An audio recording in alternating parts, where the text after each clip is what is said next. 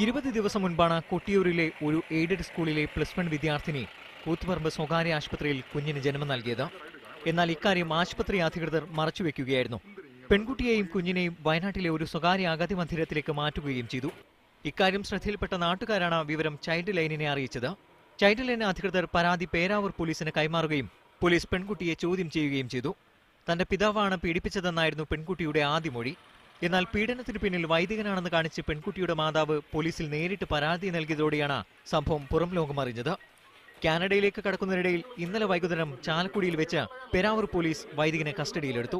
കുട്ടിയെ സംരക്ഷിക്കപ്പെടേണ്ട സ്ഥാനത്തുള്ള ഒരു ആളാണ് പ്രതിയായിട്ടുള്ളത്. ഒന്ന് സ്കൂളിന്റെ മാനേജറാണ്, പിന്നെ കൂടാതെ പള്ളിയുടെ അച്ഛനാണ്. അപ്പോൾ അത്തരം ആളുകൾ കുറ്റം ചെയ്താൽ കുറച്ചുകൂടി ഗ്രാവിറ്റിയുള്ള വകുപ്പുണ്ട്. അതുകൂടി ഉൾപ്പെടുത്തി ചെയ്ത കുറ്റത്തിനുള്ള എല്ലാ വകുപ്പുകളും ഞങ്ങൾ അതിൽ ചേർത്തിട്ടുണ്ട്.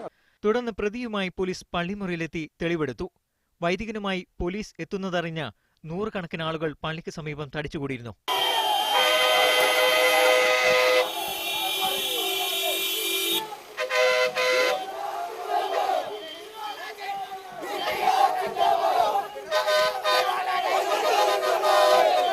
സമാനമായ മറ്റു കേസുകളിൽ വൈദികൻ ഉൾപ്പെട്ടിട്ടുണ്ടോ എന്ന് അന്വേഷിക്കുമെന്നും സംഭവം മറച്ചുവെക്കാൻ ശ്രമിച്ച ആശുപത്രിക്കെതിരെ നടപടിയെടുക്കുമെന്നും പോലീസ് പറഞ്ഞു. പ്രതിയെ ഉച്ചയ്ക്ക് ശേഷം തലശ്ശേരി കോടതിയിൽ ഹാജരാക്കും. മീഡിയ 1 കണ്ണൂർ.